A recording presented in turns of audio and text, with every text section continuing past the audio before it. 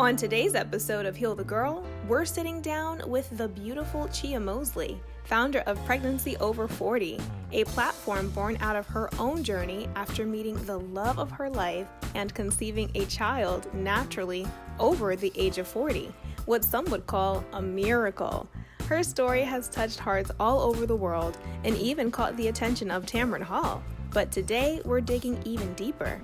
We're speaking directly to the younger generation because what we do in our 20s and 30s will impact our health and fertility. Ch-a drops knowledge on how to give your future the best chance, naturally and practically. So, Ch-a, welcome to Heal the Girl. I am so happy to have you here today. Thank you for joining us. Yes, I am so glad to be here. We are going to unpack your journey of pregnancy after 40. You make it very clear in your videos that this was not an intentional wait. This is just the way that it worked out, but your story is beautiful nonetheless. Yeah. Yes, and I can't wait to talk about it with you. Me too. Me too. When you reached out to me, I said absolutely. And as my platform has grown, like I get reached out to by a lot of people and I can't always say yes. But I said yes to you because I have such a goal to reach women in their upper 20s and lower 30s. So when I heard from you and I saw who you were, I was like, absolutely. Absolutely, because I feel like my story is a story where a lot of things went right where they could have gone wrong. And if ladies were to walk the exact same path that I walked, they might not get the same result. And so there's a good of God looks after children and fools with my journey, and well done on me for persisting. But there's a lot that I would like to share that women can maybe move their timelines up a little bit faster. Oh, absolutely. You have so much knowledge. I can't wait to unpack that. And thank you so much for saying yes. There is a need for women of my age in their 30s, younger, older, all over, who need to hear what you have to say. So we Thank are going to do you. that. Yes. And before we get to the nitty gritty, we're going to take an opportunity to take a walk in your shoes.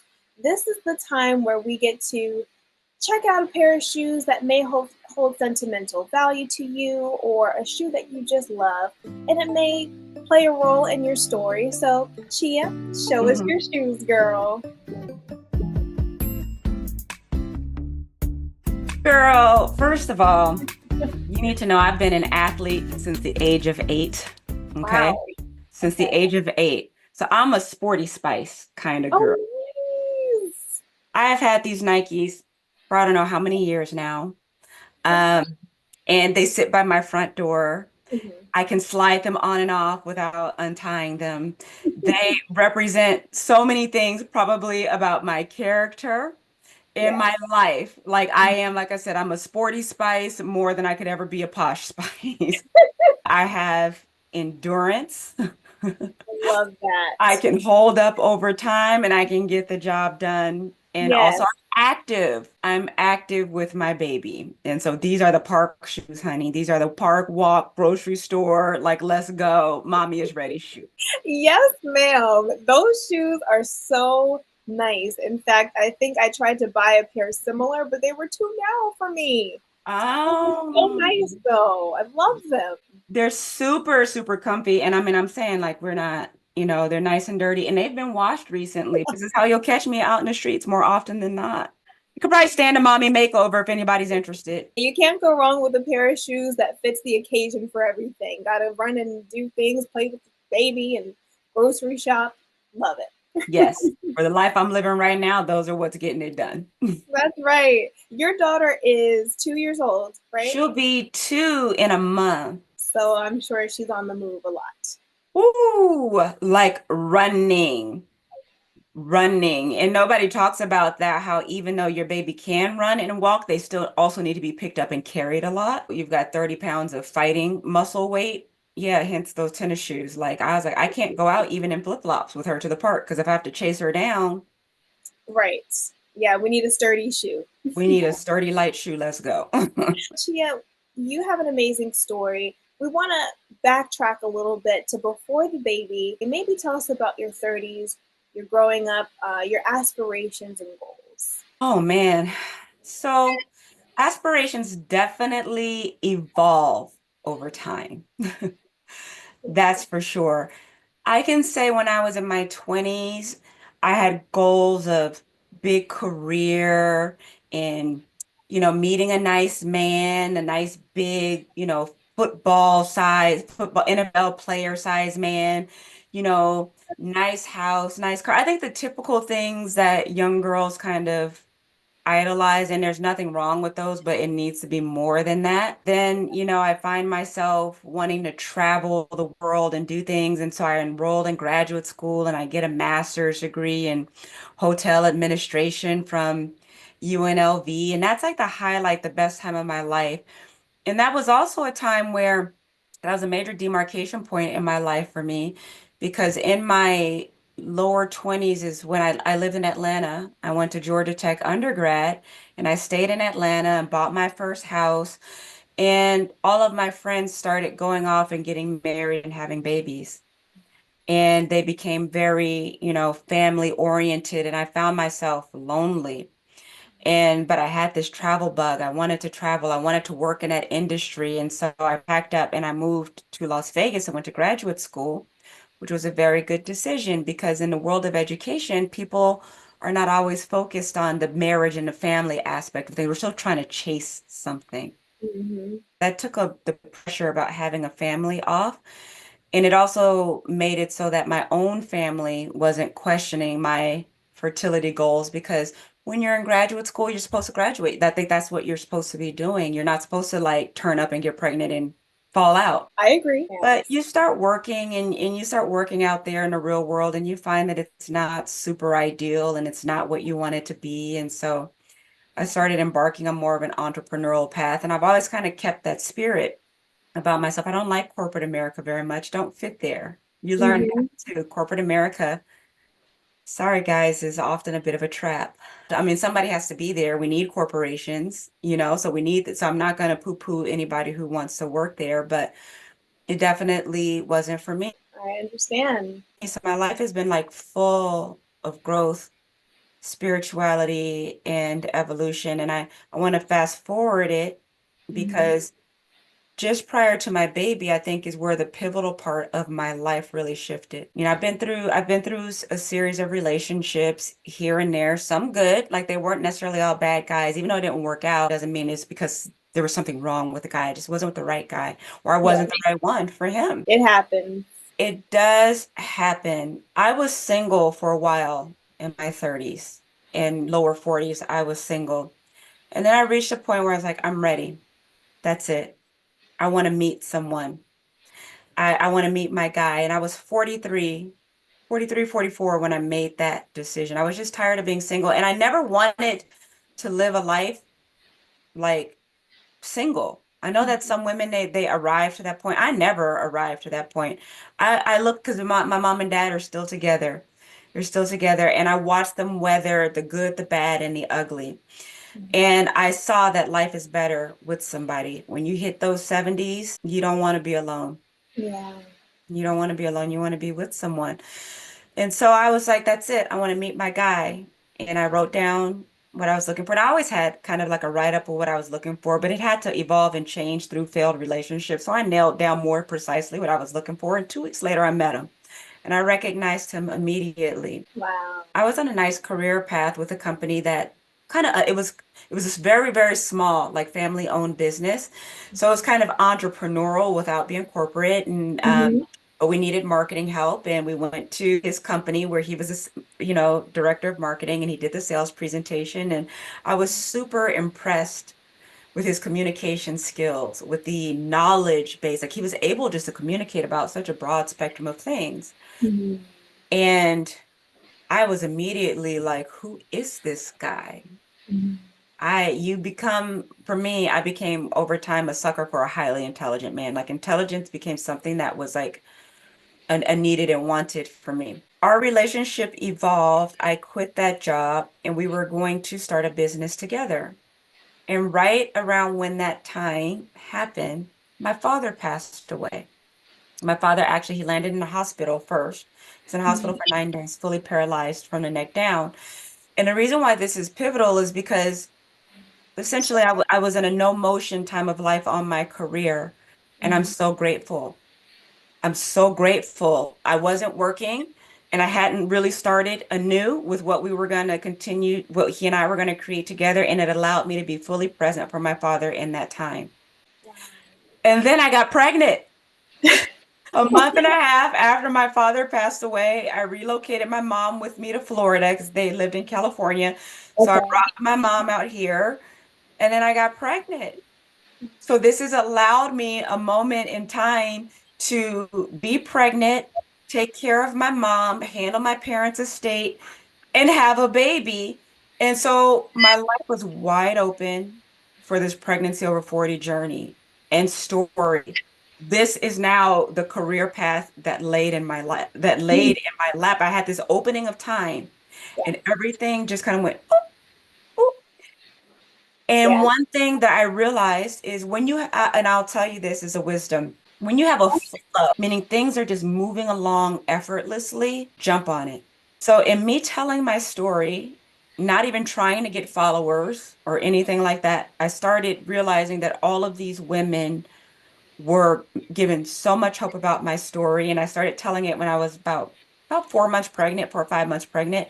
And I was Mhm. like, oh my God, I'm giving them hope. And then my belly gets bigger. And they're like, did you have the baby? When you have the baby? Did you have the baby? And I'm like, I can't stop telling this story because all these thousands of ladies are invested. And then it became tens of thousands and then 20s of thousands. And now I've crossed the Yes. hundreds of thousands. And I was like, I'm just going to stay on this track. I'm just, Oh, yes. I'm just going to stay on this track because it's flowing. That's exactly how I discovered you. I discovered you through your reels and shorts, and oddly enough, I am an avid watcher of the Tamron Hall show, and I didn't put two and two together. I saw the episode that you were on and didn't realize it's the same lady in all the reels and shorts. That's awesome. I'm famous. Yes, you are. That's amazing how your, I would say, almost like your calling fell into your lap. I was going to call it a career, but it's more so a calling and a purpose because what you're doing is truly empowering a number of people, myself included, because I don't know what my journey will be where that's concerned, where children are concerned. But the way that you went about it was really commendable, and I say that because there are a lot of options, nowadays in the world where we can freeze our eggs, and they make that sound like it's such an easy process. Oh, just go ahead and freeze your eggs, or do the IVF. What was your take on that? And by the way, I have other questions as far as what you just said about your list and the man that you met. I'm going to come back around to that as well because that was very interesting to me. Please do, because it has definitely evolved over time. Now, my take on all the fertility options is first about freezing your eggs. Part of my story does involve being in my lower 30s, and I met a lady, like randomly one day, my mom and my cousin went out to lunch, and I think this was a friend of my cousin, so I never met this lady before, but she found out that I was still single at my age, and she was highly suggesting that I freeze my eggs. Now, I didn't know her, and factually, she was a little odd, right? But I never forgot this conversation. I never forgot it. And she was very adamant about it because she was like, you don't want to regret it because she had a sister who I can't remember if her sister did freeze her eggs or didn't and then regretted it, but something about egg freezing did or didn't have it happen with her sister. She was just very adamant that I do it. Oh, okay. But I've never struggled meeting a man. So I never thought I needed to freeze my eggs. I said all that to say I'll meet someone. Like I don't need to do that. It was just kind of like, okay, lady, like whatever. I don't think I'll need to do that. I'll meet someone. Well, I was right. I did. Took some time.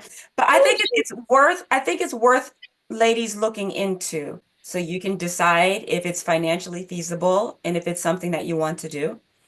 I think that IVF is something that a woman should look into for information purposes, but that is one where what I'm learning through all this interaction is that women are being rushed into without first being rushed into other nutritional options to make sure that their fertility is as high as it could be.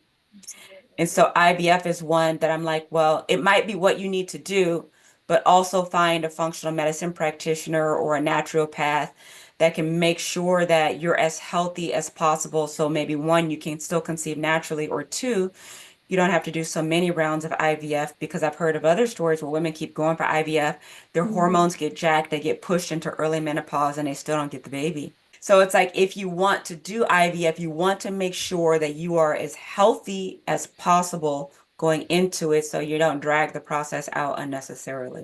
What you said was very key about a naturopath and just having the knowledge of different ways to conceive naturally prior to going the medical route. And, it's a blessing to have these resources, I should say. However, Yeah. you, as I mentioned earlier, you're glowing. You look like a beam of light, and it's evident that you take care of yourself. Would you like to share some of the things that you were doing leading up to this process of being able to conceive at the what was the age that you said you conceived at again? So I conceived at 45, natural conception, which was what kind of sparked my, oh my God, maybe I can do this. Yeah. So that was a natural and surprise conception at 45, but that ended in miscarriage 6 weeks later. And then I conceived again, natural and surprise at 46, and that's the baby that I have now. I think that my journey is the life that I've led over the decades. And this is why I like to reach the younger ladies, because I feel like if we listen to Drake and just the YOLO, you only live once, and you treat yourself like you only live once, and you party like you only live once, you might only live once. Hmm. Because to me, you don't only live once if you have a baby, you live into perpetuity. Your bloodline carries forward and you continue to Yeah. live if you don't live like you only live once. Very true. Oh, I love that. I really do. Like Yeah. that's how I feel. And so look at my life. I was an athlete from the age of 8. And this is not to make ladies hopeless. Like, if you're in your 40s and you're watching my story, but you partied all through your 20s and 30s, this is not to give a hopelessness, but I'm speaking to your audience, which might be a bit younger. And so this is a message for ladies who can still do something about it. Yes. Yes. Because I look and I see a lot of young ladies who are overweight, they're unhealthy, and they're letting things go too soon, too fast for no good reason. I think my physical fitness over time, like I was an athlete, I played soccer, I ran track all the way through college. I was a D1 athlete. Okay, I don't think you have to be a D1 athlete. And to compete at the levels, I was an animal. I ran 400-meter hurdles. That's a crazy person's race. It is a very uncomfortable race. Go 400 Chia. meter. Yeah, very uncomfortable race. It's painful and only crazy people do it. But do I think that that contributed to my overall health? Because with that, I was not drinking. I actually I couldn't when I was in college, I could not consume Coca-Cola. My body was so unused to sugars and carbonated things that when I would drink a Coke, I couldn't digest it, Wow. right? And so obviously, like, then, I go on with life and I'm not an athlete anymore, but I was not drinking to excess as Hmm. sport, right? Like I did drink alcohol, but not to excess. Um, I did have my phase in life where I was living in Las Vegas and I was in graduate school and I found myself at times drinking too much. But one of the things about me is I also have ability to self-correct. Like if you spot that you're going down a rabbit hole or a bad direction, can you look at that and self-correct? Hmm. I did. Because one night I drove home intoxicated. I drove home intoxicated and I was so sick the next day, like vomiting and throwing up and things like that. And I said, that's actually not okay.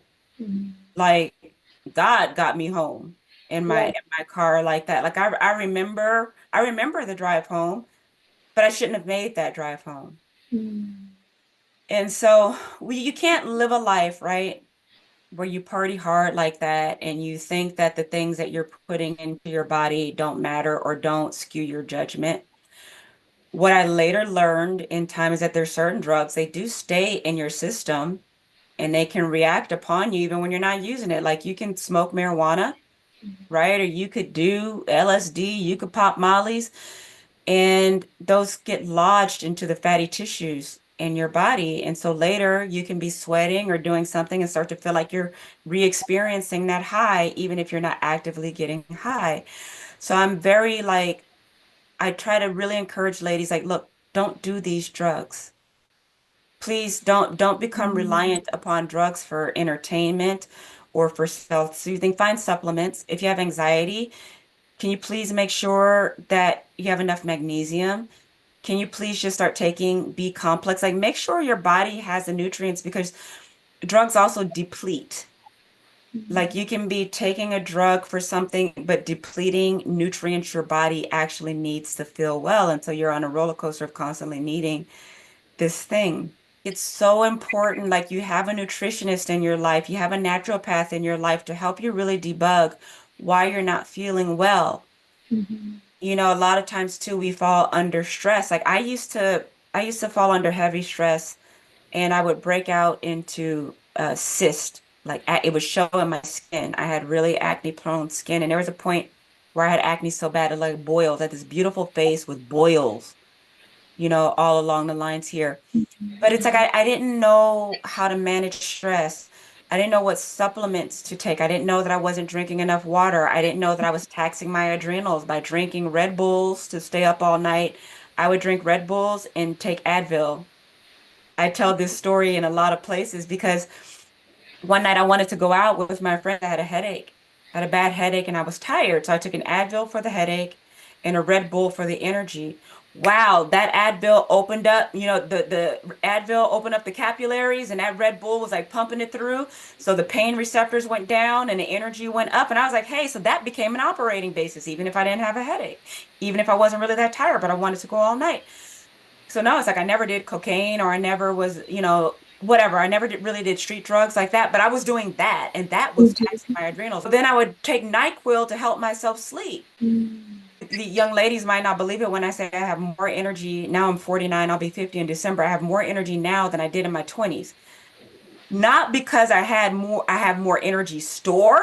Like I think technically it's an older body, it probably requires a bit more rest, but I just don't run it like that. What you're saying is huge because there are a lot of young people who may partake in these substances and think that it's harmless. But what they don't realize is that they're setting themselves back. Even about the energy drinks and things of that sort, the caffeine, the things that we do to keep ourselves going, it really is doing a disservice to the body. And Yeah. what you talk about on your page as well are the supplements. And I Mhm. think you said B6 complex and magnesium. What are some of the things that, aside from not partaking in those, um, street drugs, what are some of the other things that young ladies in our 30s, 20s, what are some of the things that we can be taking? Or do we Mhm. even need to take anything for fertility if there are women who have concerns about not having found their person yet and maybe don't want to Mhm. go to the medical route? What would you recommend for them? I would recommend if you're in an age where you've got like a little career going about your, going for yourself, you have a little change, partner up with a nutritionist and find out, or a registered dietitian specifically. I think a registered dietitian has higher credentials than a nutritionist, I've learned, and they can get your blood drawn for you and really tell you like what are your personal deficiencies and your hormonal balances and things like that. If you're looking at your fertility later down the road. But for just general life and living, like just general well-being, Mhm. I'm like, I always take a multi so that I'm just kind of covering all my bases. I always just take a multi and then I add to that vitamin D, which has really, gotten a lot of attention, during COVID, right, for its immune properties, but it's a hormone balancer. And it's one of the deficiencies that doctors, like when I talk to experts, that they see women are very deficient in. Magnesium and vitamin D pop up a lot. Wow. Yeah, vitamin E is another one that I take like I think they come in like 400 IU each, so I take two, two a Mhm. day. Is another one which is great for heart health, oxygen, and also important in fertility. Like there's a book that I was studying while I was pregnant, and this nutritionist is talking about the role of vitamin E being needed in helping with cell division. So what do you have? An embryo, and the cells are rapidly splitting, but she talks about how the man and the woman should be taking vitamin E prior to conception. Wow, who knew? Yes, and you don't want a synthetic vitamin E. I just learned my fiance, he manufactures supplements for a living and he makes content. And one of the things he was saying about vitamin E is if it says DL, it's a synthetic. So you want one that is just plain D alpha, you know. And if you can Oh, get a full spectrum vitamin E like that's made from red palm, you'll get all the spectrums of vitamin E or many of them. So that's an important one for man and female. Yeah. yeah, that's amazing. I didn't know that about alpha, and you said DL. Yeah, if it has DL, then it's a synthetic. Oh, good to know. Look at that. You just dropped a gem on us like I'm that. like, you didn't tell me that. There's so many things that like he's just sitting with like knowledge in his head. I think it is so sweet what you said earlier on about what Mhm, attracted you to him was the fact that he was intelligent and mhm. he was on it. You know, he was on top of his business. Would you unpack with us a little bit more about your dating experiences before finding the one? Because this Mhm. is another area where ladies my age and younger and even older at this point, a lot of people feel like they struggle with finding their mate and finding their special someone. Well, I'm going to tell you, experience is a teacher, and you figure things out through living them yourself and watching others go through it. That's how you learn. Like everything didn't happen to me, right? Some things I learned from watching others, Sure. and then some things did happen to me. I'm just going to give some tips, and in these me giving some tips, maybe some stories will evolve, but I'm just going to tell you some things that I've learned through experience and through watching others. One, really good men who are interested in you, and I've been in love a few times, and whether it's worked out or not is besides the point, but I have known throughout my life some really good men. One thing they have in common is they do not pressure you into sex. They usually will not bring it up. They respect you so much and they like you so much and they are hoping that you want them so much. They do not want to disrespect you and they actually don't bring it up. You will almost have to take his clothes off first. I don't mean that you'll never talk about sex, but he won't bring it up in a manner and so that such that you feel like he's pushing you to do it. The Right. ones who are serious about you, they don't. Mm-hmm. They just don't. Something that I've learned about judge of character about the guy is what do other men say about him? That's a big one. And two, just generally, how is he regarded in the community? I'll give you a hint. It Mm-hmm. just so happened that when I started dating my man, he knew a friend, he had a common friend of mine happened to know him. She had worked with him, like the company where he worked had hired her on a Mm-hmm. temp basis, and she actually knew who he was. And she goes, he's so sweet. He's such a nice guy. I know him. Oh my God, that's great. Okay. When he started taking me out, and this is common amongst the good guys, the quality of people he hung around with was very telling. There is no such thing as he's a good guy, but all of his boys, oh, well, he's cheating on his wife, he ain't no good, or he's a gambler, or he does this. All his friends are the bad guys that he gossips about, but he's good. No such thing. If his friends are good people, hopefully they have families of their own or they're about something, chances are you're on to something good. Do judge him by who he hangs around. Go ahead. If he doesn't keep his word and show up when he says he's going to show up, he's not into you. He's not into you. Now, obviously, things happen. If he says he got into a car accident and the car is banged up, okay, he got into a car accident. We'll forgive. Mm-hmm. But I'm going to tell you, honey, some men lie. Some men lie. So maybe he didn't show up one time because blah. Okay, it happens a second time. He's either a chronic liar or he's just not into you, like something came up. I'm gonna give you ladies another piece of advice. Yes. He might, because this is something that I've learned through my own personal experience. I've had it where he was a nice guy. He took me out a lot. He was introducing me to his friends and bringing me around his friends. I was welcoming into his home. Um, Everything was good. And then suddenly it stopped. I want to say this has happened twice. There's another woman.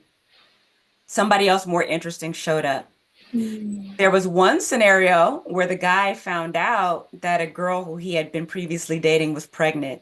He was into me, he was, but then, well, that happened. And it was Mm. twins, and Oh, it wound up being twins. oh my And I goodness. couldn't figure out like what happened. But when you have that man where he was like on task and everything was good, and then all of a sudden something stopped, you've been replaced, whether rightfully or wrongly, by some other distraction. Mm. And there's no amount of pressing him about it that's going to be any good. Those were excellent tips there because I have some friends with stories. Thank you for It's, sharing that. and I will give you the tip of all tips. And this one came from men friends. When I was going through a heartache, and male friends are the best source for advice about men. By the way, when you're going through it, contact a male friend or a brother, a man that really loves you and has no vested interest in trying to get into your panties or anything like that. Ask him for advice of when you're going through something. But the man is the hunter. In nature, it is the peacock with all the feathers. It is always the male animal that has to showcase himself. Yes. Never chase him down. If he is not calling you, don't ask him why. Don't go texting and did I do something wrong and did I do blah and did I do that? Mm-mm. It is up to him to chase you down. And if you start chasing him, it's a wrap. If you start giving up them draws too soon, it's a wrap. The Yes. hunt is over. And I will end with celibacy is a very fair option. Amen. There's nothing wrong with celibacy when you're in your 20s and lower 30s. Those hormones can be going. And because that is the body says I'm fertile. The Hmm. body's like, I'm fertile, I'm fertile. Those hormones are raging, and we're in a high sex environment, and there's sex, sex, sex, sex, sex, and feminism, and women should be able to do this because men can blah, blah, blah, blah, blah, blah. Listen, you are not going to be standing in your 40s reminiscing on all the good sex you had with Jim, Joe, and Tyrone. Joy of it does not last beyond the moment of the orgasm. It doesn't. Indiscriminate sex. So celibacy, I think, is really a fair option. An investment into other activities that you will look back on with fondness is infinitely more important. Go back to school, learn how to do hair, learn how to do nails, travel, learn how to speak a new language, meet new friends, join a bike club. I can list off 1,000 other activities you can be doing besides fulfilling sexual desires that are going to take you nowhere. Amen. That I learned by personal experience and by watching others. I'm not talking about the sex that you have with someone you're committed with and in love with. I'm not talking about that. That has joy that goes into time, that feeds the relationship. I'm talking about the one night stands or hooking up with your friend just for the enjoyment of sex itself. I cannot impress upon you ladies enough. Do not do that. Mhm. Mhm. Do not do that. It has no lasting value in the time. You will not look back over those times with fondness and be glad that you did it. You will not. It's wasted activity. It's very, very dangerous. It does a number on you emotionally as well. You know, the emotional turmoil that you go through going through those relationships like that and or hookups is dangerous. I'm glad that you said that. I'm really glad that you said that. That's a common theme amongst young people. You know, it's party time and Mhm. it's abstinence and celibacy. I applaud it. My husband and I waited until we were married as well, and we believe that that was a blessing. You know, the Lord wants us to do that, but we also have felt the blessing of what waiting can do when you're with the right person. You mentioned on your website, that you had been in a relationship prior to finding your now fiance, and I think that this is also another very relatable conversation. It goes is intertwined with what we were just talking about because there are women who may feel like they need to settle, or they found somebody and it's good enough. It's not quite what they want. or they have desires in their heart, but they suppress them because they feel like, well, this is all I got. Can you Mhm. speak to that, Ch-a? Yes, yes. So I'm 38 years old and I'm still single with no children. And I always thought that I would be a mother. I always thought that I would be a mother, and I wasn't. And so I meet a young man at church and I like him. I like him a lot. He's a good guy. And I still think so. He's not a bad person. In fact, but he was kind enough to tell me that he just didn't believe in the institution of marriage. He felt that marriage was put there for control of the population and didn't really have anything to do with love. And I was actually okay with that. I'm a product of two people. My mom and dad did not get married until I was after 30. I observed what commitment looks like, right? So I'm just a product of what I was raised in it. So I was okay with him telling me that he didn't believe in marriage, but I learned something about that later. But he also didn't want to have children. And that's where I compromised and I said, well, if I was going to have children, I would have had them already. Kind of what I rationalized to myself. I could have said to any man, I want to have a baby, and he would have been like, yeah, okay, sure. Mm-hmm. Mm-hmm. Right. I think that there could have been some point along the line where I could have made some arrangement minimally to get myself a baby Sure. Right. Before 40. Yeah. before 40, Yeah. right? If not, like I was that girl, I had that body, I had that smile, I had that thing, I had that education. Like there was nothing about me that a man would have been like, what? Right. And you still have it, just so you know. Thank you. But I think I felt more confident about it then. I understand. So I rationalized that well, obviously I wasn't going to have a baby. Mm-hmm. I rationalized to make it right for me to be with him. But his unwillingness or disinterest in being married was actually in his unwillingness to commit.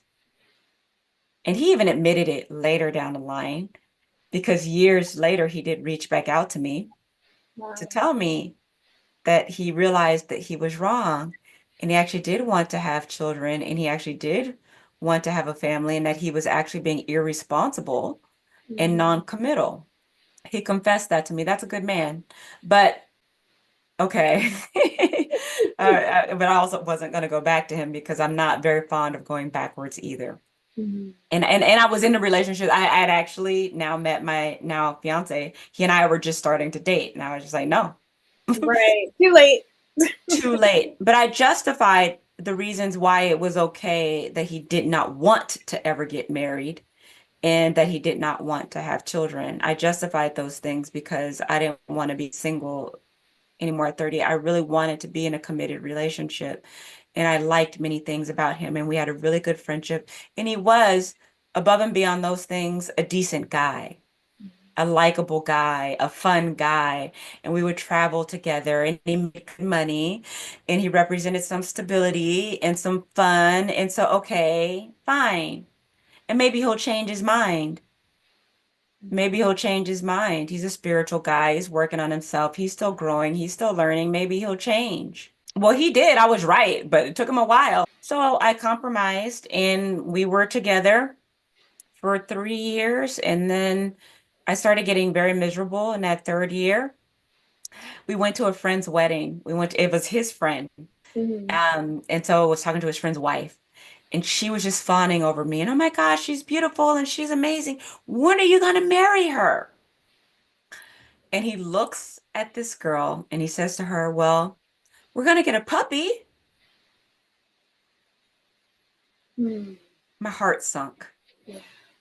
My heart sunk because he was so far from marrying me that there was no answer that could come from his mouth that made sense. We're dog shopping, and that was going to be our family. Because we were looking for a dog, but I thought that was a very strange and rude and embarrassing answer to what he was going to do with this wonderful woman in his life. Mm-hmm. And Mm-hmm. from that day forward, my morale just started going this, and he saw it. So he cut me loose. He broke up with me. He broke up with me. Now, he broke up with me in a very funky way, but he set me loose. Mm-hmm. That hurt very bad at the time, but I'm glad he did it. Mhm. I'm glad he did it because it allowed me to move forward with my life and start the healing process and to, again, not compromise on these points. I hope that the listeners, viewers are encouraged knowing that it's possible. Let me show them the mug. It The is mug. possible. Thank you for showing that. Actually, if you notice, that mug matches the pillow behind me. Yes, This is my motif, part of the my brain. flowers of symbolism of fertility and life and creativity. So thank you for going to my website, You're welcome. pregnancy40.com, to purchase that mug. I really want to encourage ladies to have a sense of personal integrity about themselves and about their goals. Mhm. You know, it's important to know what you want. One, like you need to know what you want and to stick to it. Understanding that no man is perfect, right? Like you're gonna have 10 boxes and you might meet seven, okay? Right. Just make sure that they're the quality seven, Yes. okay? Right. No man is gonna tick all of your boxes, but two, you have to look at yourself and make sure that you embody the qualities in a woman that that man would want. Mhm. Like you looking for, I need him to have this, that. Okay, so the guy that has all those points, well, what kind of woman does he want? Are you her? Excellent point.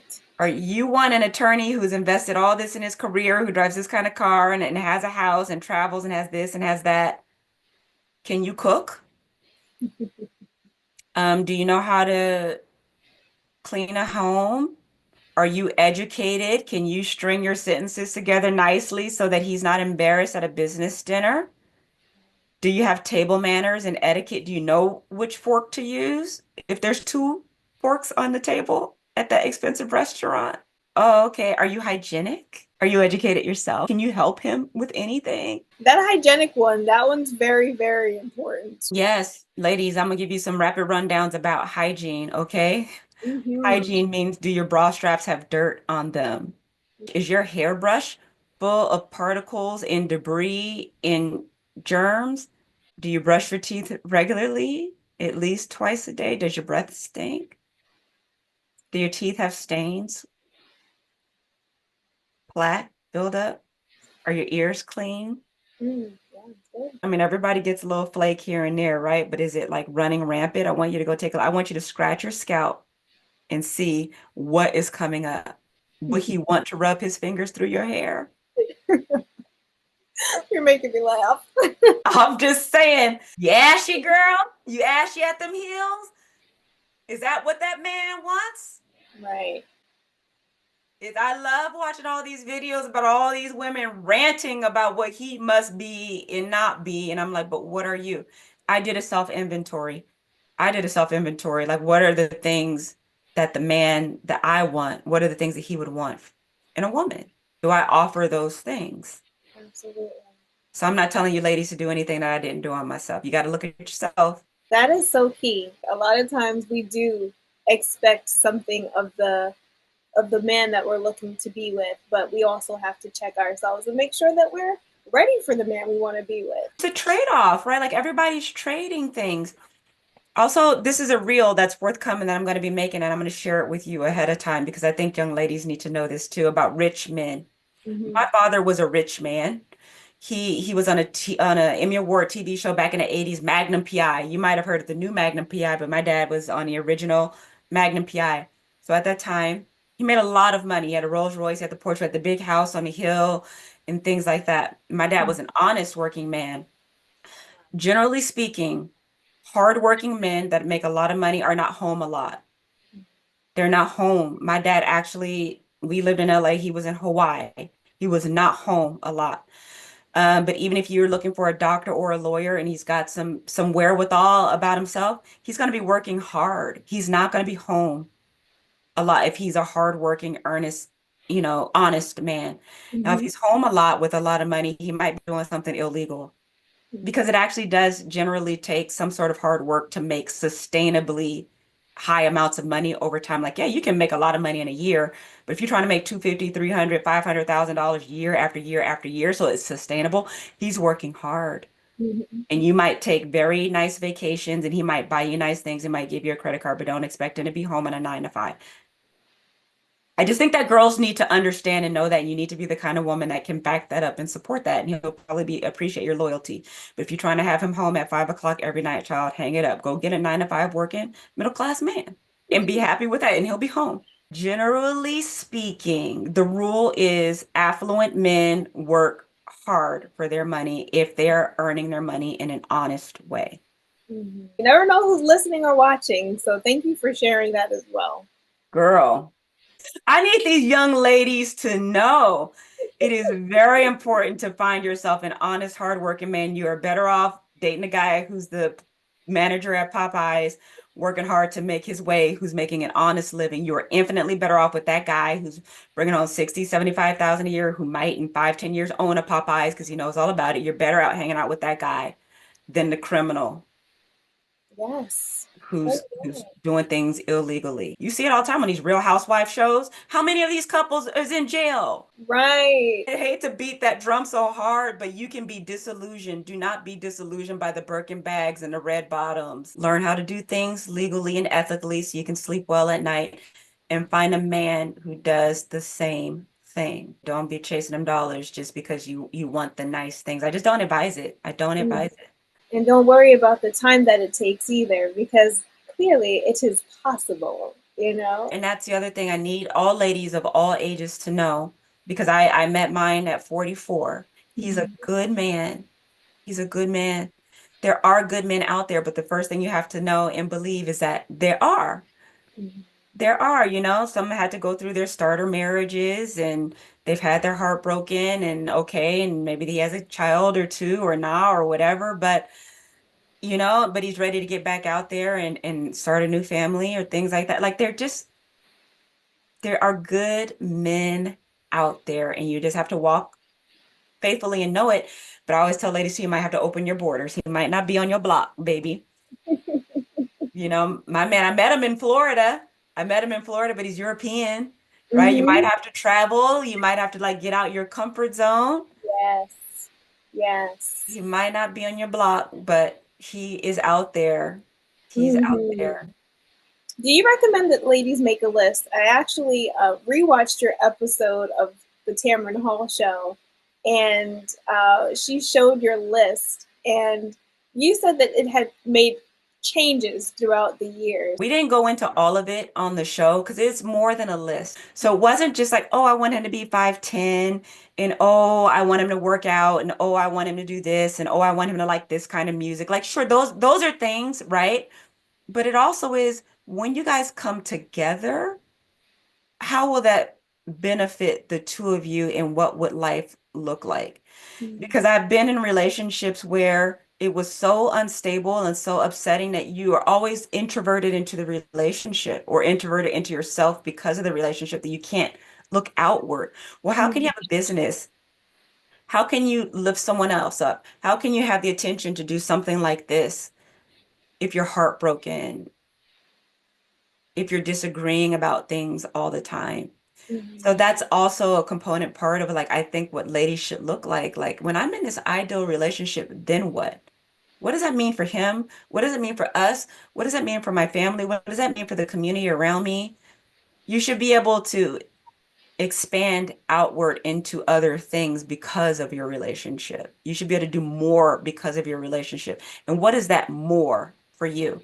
For me, look at what I'm able to create. Like it's shocking to me. I'm like, wow, I have a platform where I am impacting women on an international level. I have a practitioner that I partner with. She's in the UK, and some of my followers did business with her. Wow. And I'm able to look at that and I'm like, wow, I'm able to actually impact businesses on an international level, even though that was that was just one. But it gives me insight of like, oh my God, I need to have an international database of practitioners all over the world, so that no matter where a follower is who finds me, I can send her to someone safe who won't make less of her fertility goals. My home is stable. My relationship is stable. My baby is happy. We're happy. You see? So when these ladies make their list, it's not just about what you want in him. It's about, what does your relationship allow you to be, do, and have? Be, what can you be? do and have. Now I can now be Ch-a Mosley of Pregnancy Over 40, and I can do all this content, and I can impact all these ladies, and I can have beautiful smiles and friends, and I can now have money because of it, because now the brands see what I'm doing, and Facebook is like, oh, we like that viral video, girl, we'll give you some money. But I am being and doing and having so many wonderful things because my foundation, my home is sound, is quiet, and is safe. Yeah, you're a prime example of what some would call stumbling into their blessing, but I mean, you have such a beautiful story of how life has unfolded and Hmm. it's blossomed in such a beautiful way. And I love like what you just said, you have the reach of your the UK and what's at your disposal because of where you are right now settled. And I really hope that listeners and viewers are really paying attention to the key gems that you just dropped on us today because they will make all the difference in the kind of person that you choose, the outlook of your future, and the health of our bodies. You've really blown my mind today. Thank you. I am so glad. And I know we're going to wrap up here, but you're married. How Yes, old were you when you got married? 26. You got married at 26 and you're Yeah, 30 now. How yes. old were you when you met your husband? Oh, I think we were between 17 and 18, 2013, 2012-ish. Wow, very, very young. Yes. Okay. Do you know why he decided that you were the one? What was it about you? I do. I always ask him this question, and I love to hear him give me the answer. But after getting to know each other, he saw that I portrayed character traits that he would desire in a wife, Such and as. such as well, for one, we shared the same belief system. He always says I'm virtuous. Mhm. We had a friendship. I was very honest with him. We shared similar values, but a mutual respect for one another. I would have to say our friendship was really a huge part of our getting married because it was just like a good match. Yes. A good match, You yeah. were an ally to him, basically. Yes, yes, Yes. Yes, essentially, you're yes, his a friend is an ally, is a source of support, yes. and I think that that's beautiful. I ask you because, a lot of young ladies are struggling out there trying to get married, and I think it's an important thing to know what men really value, what Mhm. men really, really value. I know in my house, he says the fact that I'm happy, that when he comes home, I'm happy. Mhm. Baby's happy, but he's not coming home to arguments and disgruntlement and things like that. So I just wanted to share with women a couple of the qualities that you might not know men actually think are important, but they are make break. Yes. And you know what? You have me thinking now, too. I'll just add this as well. The value that a woman can add to a man's life. You know, Mhm. there are things that when we're young, and I'll speak for myself, I would think I had to look a certain way or I had to attract a man based on, my physique. And um, what was amazing about my husband is that he did not have any qualms about my physique at all because I'm petite and that used to be an area of insecurity for me. Mm. But he saw all the other attributes and fell in love with the person, that I am, as well as he of course, he appreciates the way I look on the outside too. Yeah, of course. Of course. Yeah, they all like their, little flowers to be pretty if it can help it. But oh my gosh, yes, that's Thank you. so, so sweet. And character is everything. Looks come and go. Hell, Yes. you can get a scar on your face. You can lose a limb. Like life's rough. Anything can happen and looks can change. And so you got to have on both ends some character worth holding on to when all is said and done. Character is huge. So I appreciate you asking me that question as well. I hope that's helpful to the listeners and viewers. This has been great. And as I said in the beginning, this is what I wanted. I wanted an opportunity to give like some straight communication to younger women to be a voice of reason in a sea of a lot of noise, a lot of, I think, false and untrue information that only has self-serving ends. I just think that there's so many ways that young ladies can be spending their time investing into themselves and building themselves, opposed to harming themselves. I agree. I recommend that those listening today and watching go on over to all of your social media pages. I saw it was so cute. You take your daughter out for a walk. When the tantrums are happening, we go outside for Yes. a walk. Yes, and now they're just so frequent. It's just like, okay, well, we can't walk it out all the time. So now you just have to lay down there and let me know when it's over. It's evolving. Yes, and the patience acquired after the age of 40. There's so much wisdom and knowledge shared on your page. It's Pregnancy Over 40, FORTY. And that's my handle on TikTok, Instagram, YouTube. And also my website is pregnancyover40.com, where I have my merch, which I would love if you support my It's Possible merch, like the mug there and the little throw pillow behind me, and I have shirts and everything, just little reminders that one pregnancy after 40 itself is possible, and anything for you as a young woman that you're looking to achieve in life is possible. Sometimes I have to look at my own things like, oh, you're the it's possible. We have to remind ourselves. I bought this mug and I felt like it's such a universal message for all kinds of things. I love that your brand embodies that. For you ladies here, I want you to follow me on my socials and stay tuned and just watch my messaging and just be willing to kind of have me as your big sister or auntie or whatever, because I tell it like it is. I keep it real. I keep it light.